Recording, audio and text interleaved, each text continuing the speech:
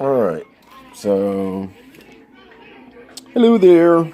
We are back again. We've redone this terrarium here and changed some things around, thickened the substrate, fixed the drainage layer, put some plants in finally, and I've got a little experiment with this. I'll explain that to you in just a second.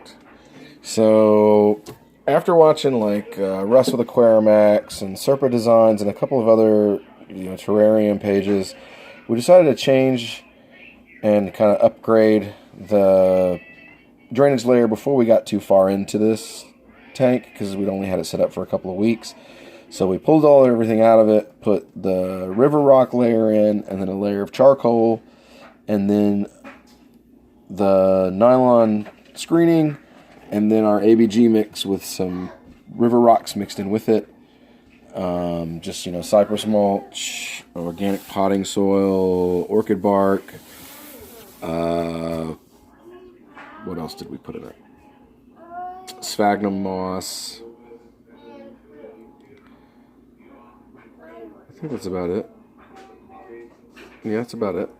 And we mixed it all up and put it back in. Then we did some planting. My favorite new addition is this little plant back here on the left.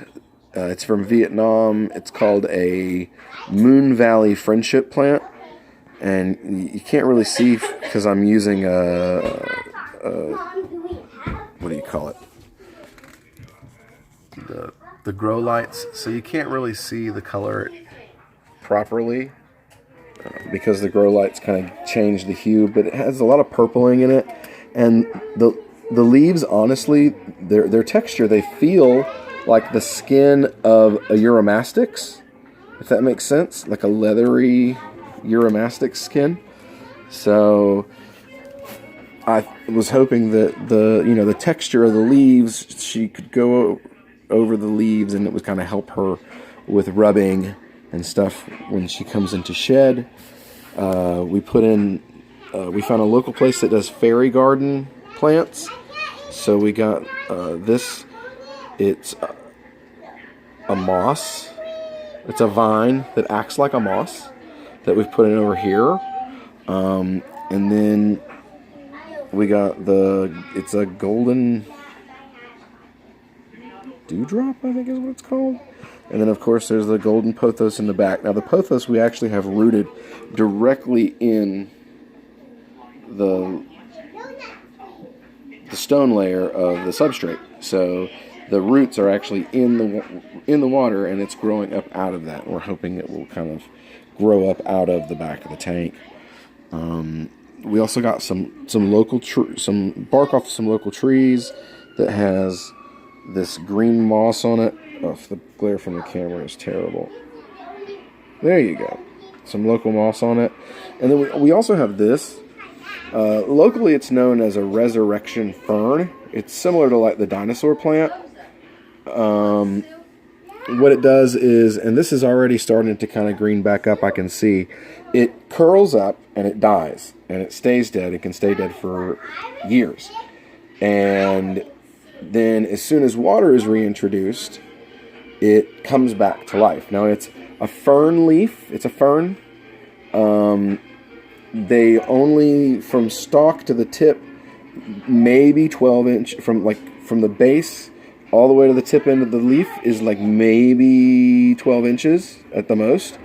So they're very low growing, and I'm just trying to see how they do in an aquarium setting, and then possibly start a program to see if I can seed these with by cuttings onto hides for snakes, so you can have a snake hide that has this kind of growing on the top of it. I thought that would be a really cool look for people's terrariums, and I was going to see if there was a way I could create wooden hides with this. First, I want to see if it'll even thrive in captivity, so to speak, and if it will, what can be done with it. Now, there's also underneath of that pothos, I gotta clean this tank.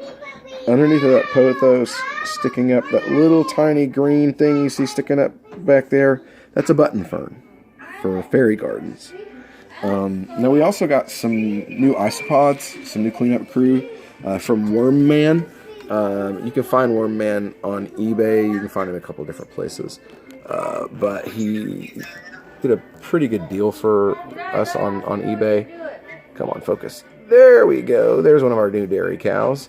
So somehow we had one of our dairy cows that got past the mesh barrier and down into the gaps in the charcoal substrate, and she's just kind of been chilling down here since, I don't know, maybe 5 or 6 hours after we put her in there. Now we have 5 different species that were sent to us by Worm Man. We're actually keeping them down here. These are all different isopod cultures that we've got going. We basically just took a couple out of each shipment and dropped them in the tank here to give them a ton, to give us a few extras in here because we needed some extra ones because we didn't have very many. But you see here, like that, see that root growing in? We just planted these yesterday, Friday? Yeah, and today's Sunday. So we just planted these Friday, and already I've got, that's the mesh. I've already got roots that are coming through the mesh on their own. We also got the ghost scabers, the albino ones in that shipment that we got from Worm Man. Come on, let me get there without the glare. There we go. And those are the 2 that we dropped in here. They both found a little spot together. And there's the other one right there. They both found a little spot in here together and have basically stayed together in here kind of by themselves. So we're waiting on another shipment of springtails. The 2 cultures that I put in here were pretty small, and they don't seem to have been big enough to really do anything to establish a thriving colony fast enough to take care of the moisture requirements that this tank has. So we ordered a couple cultures. I'm thinking of, we ordered a set of a white springtail culture again from Worm Man, and now I'm planning to contact Russ from Aquarimax and get some of his pink springtails. I hear they breed much faster, so we're going to drop cultures from each in here and then order an extra culture for each to put with our collection of cultures that we've got going on here. This is 2 more isopod cultures that we've got going. Again, it's just our ABG mix, so leaf litter. Oh, that was another thing. Our leaf litter contains grape leaf. We have a huge grapevine that runs down the side of our property, and we are, oh, there we go. These are the blues. Little blue bugger right there took off running. But we put the grape leaves in with these, as well as we have large live oaks that grow in our yard, so we use those, both the grape leaf and the oak leaf. And we also use a lot of magnolia leaves, the magnolia cones, or whatever you want, seed pods, whatever you want to call them. Sorry we couldn't do an unboxing video. We had a family emergency and my phone ended up in pieces on the road, so we didn't really have a camera, and my wife was gone, so we couldn't use her camera either. So, oh well. Anyway, this is our resurrection fern. Like I said, we're trying to experiment in seeding these and how well they will do in an aquarium setting. I actually have this garbage bag out here.